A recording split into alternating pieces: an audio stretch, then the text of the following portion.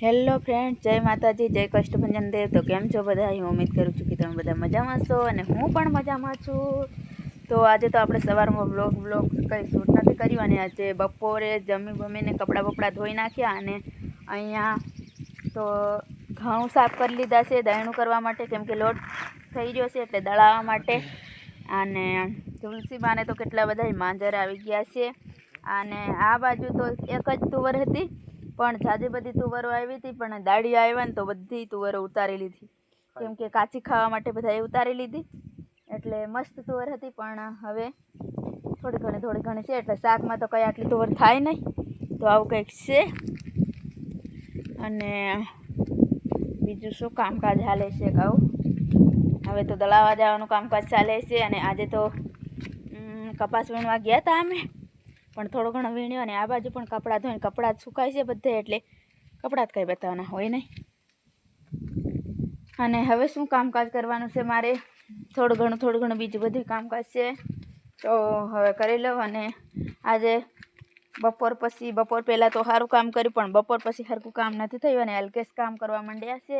હું તુલસીમાના માંજર તોડવાનું કામકાજ કરે છે, નખે ન તોડાય હલકેશ, સારું તો નખે નથી તોડતા એમની। તો હવે હલકેશ ગામમાં જવાની તૈયારી કરે છે અને મારા ચણા કેવાક થયા છે હું જોઈ આવું। હવે તમને પણ બતાવું, હલકેશ કહે છે કે પોપટા લાગી ગયા, હવે જોઈએ પોપટા લાગ્યા છે કે નહીં। આ બાજુ વાલળ છે, વાલળને વાલળ આવ્યા અને એક એવો ગુવારનો છોડવો છે, અહીંયા ફૂલ આવ્યા છે જોઈ શકો છો તમે, મસ્ત મજાના, અને લાગ્યા નથી હજી। આ અહીંયા ગુવાર વાવેલા હતા, અહીંયા ફૂલ આવી ગયા, ભીંડો પણ એકાદો છે અને ધણા કંઈક આવા મોટા થઈ ગયા છે અને મારા ચણા ફૂલ આવી ગયા છે અને પોપટા આવી ગયા, સાચે હો હલકેશ? ચણા એ આવી ગયા છે, પોપટા એવા કંઈક એકાદ બે પોપટા લાગ્યા છે, ઝાઝા બધા નથી લાગ્યા। ખોટું હલકેશે કીધું ને, ખોટું કીધું તું ને સાચું બોલો? ખોટું જ કીધું તું। અને ડુંગળી કંઈક આવી થઈ ગઈ છે, આપણો રોપ કંઈક એવો કાવો થઈ ગયો છે, સરસ મજાનો લીલોછમ થઈ ગયો છે, આછો છે પણ સરસ છે, એકદમ મોટો થઈ જશે કેમ કે આછો છે ને એટલે।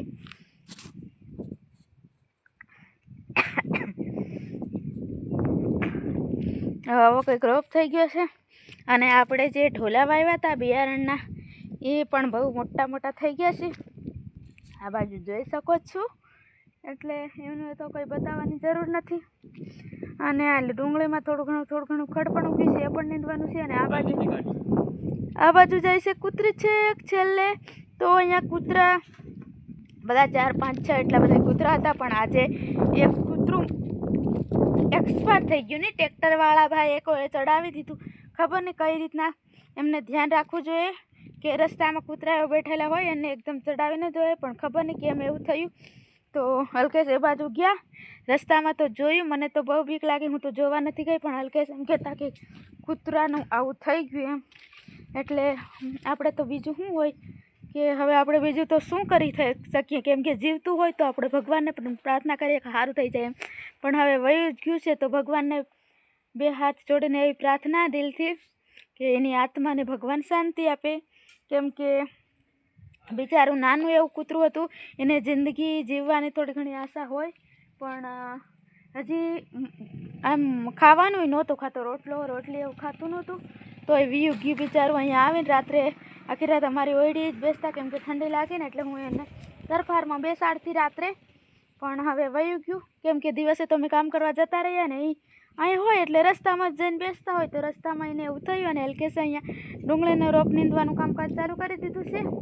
તો આપણે પણ હવે નીંદવાનું કામકાજ કરીએ, કેમ કે હવે 4 વાગવા આવ્યા છે, 3:30 જેવા થઈ ગયા છે અને કામમાં જે ઝાઝું બધું હતું વાડીએ, એટલે કંઈ બપોરે મોડા આવ્યા હતા ને એટલે પછી શું કહેવાય કે કપાસ વીણવા નથી ગયા, રોપ નીંદી નાખીએ ને।